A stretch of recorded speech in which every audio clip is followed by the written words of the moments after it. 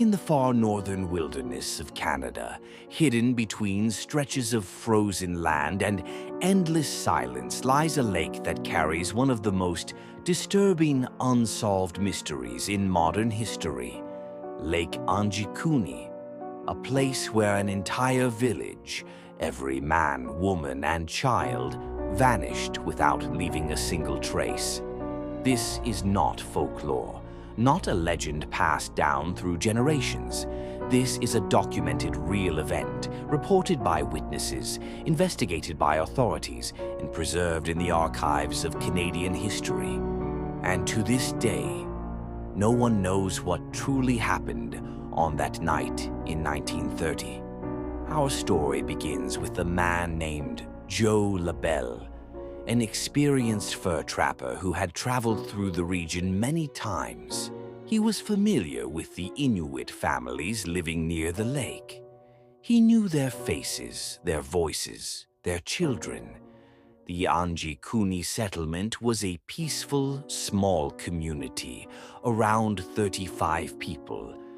On a freezing evening in November 1930, Joe traveled toward the village, expecting the warmth of lantern light glowing from the windows, the sound of dogs barking, and the smell of burning wood.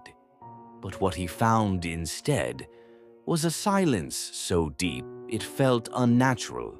As he approached the village, he noticed something strange.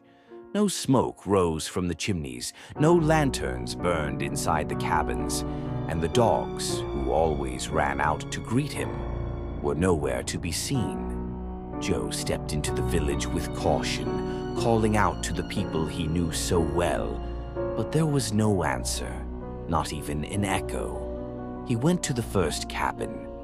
The door was left open. Inside, he found something even more disturbing. A pot of stew sitting cold on the stove, as if it had been left only minutes before. Clothes were hung neatly, tools were in place. Life looked perfectly normal, except there were no people. He rushed from cabin to cabin, 8 in total, all of them empty. No signs of struggle, no blood, no tracks leading away from the settlement. The people had simply disappeared.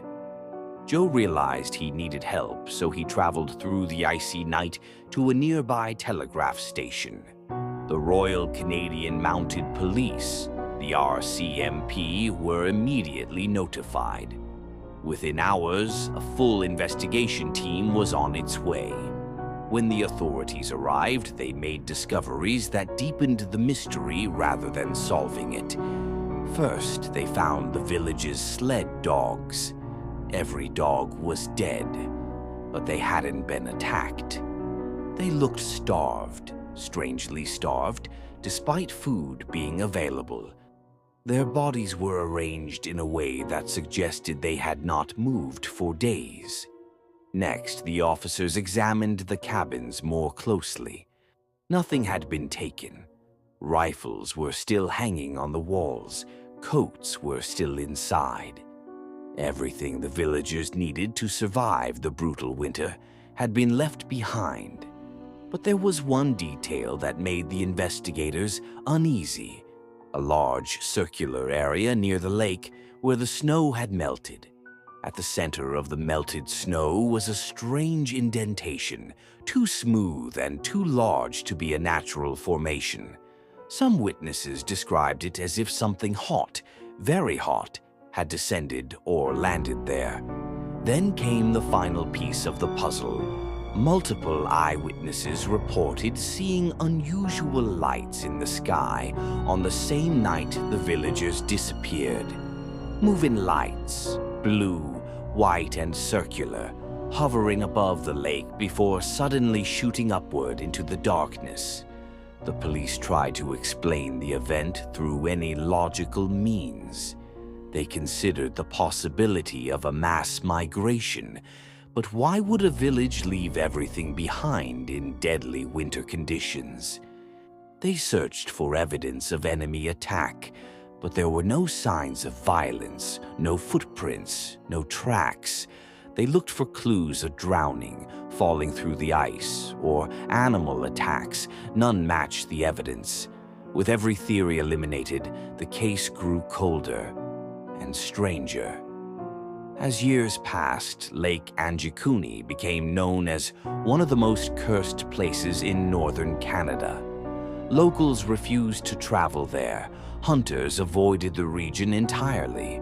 Some said the land was marked by ancient spirits. Others believed the village had been taken by something not of this world. The RCMP eventually closed the case, unable to provide any explanation. All 35 inhabitants of the Anjikuni village, families, elders, children, remained missing. Their bodies were never found, their belongings never moved. Their disappearance to this day remains one of the most chilling unsolved mysteries ever recorded. But the story does not end there. Over the decades, new witnesses have come forward. Travelers who visited the lake reported hearing voices at night, whispers in languages they couldn't understand. Others said they saw figures standing between the trees, watching silently before fading into the darkness. A few even reported strange bright lights rising from beneath the frozen surface of the lake. Whether these claims are hallucinations, myths, or something far more real remains unknown. Lake Anjikuni continues to sit quietly in the Canadian wilderness, a frozen tomb for a vanished people, a place where time seemed to stop, and where something no one can explain, took an entire community in a single night. And perhaps the most chilling part of this mystery is not how the villagers disappeared, but the haunting question that has never been answered. Where did they go? And will it happen again?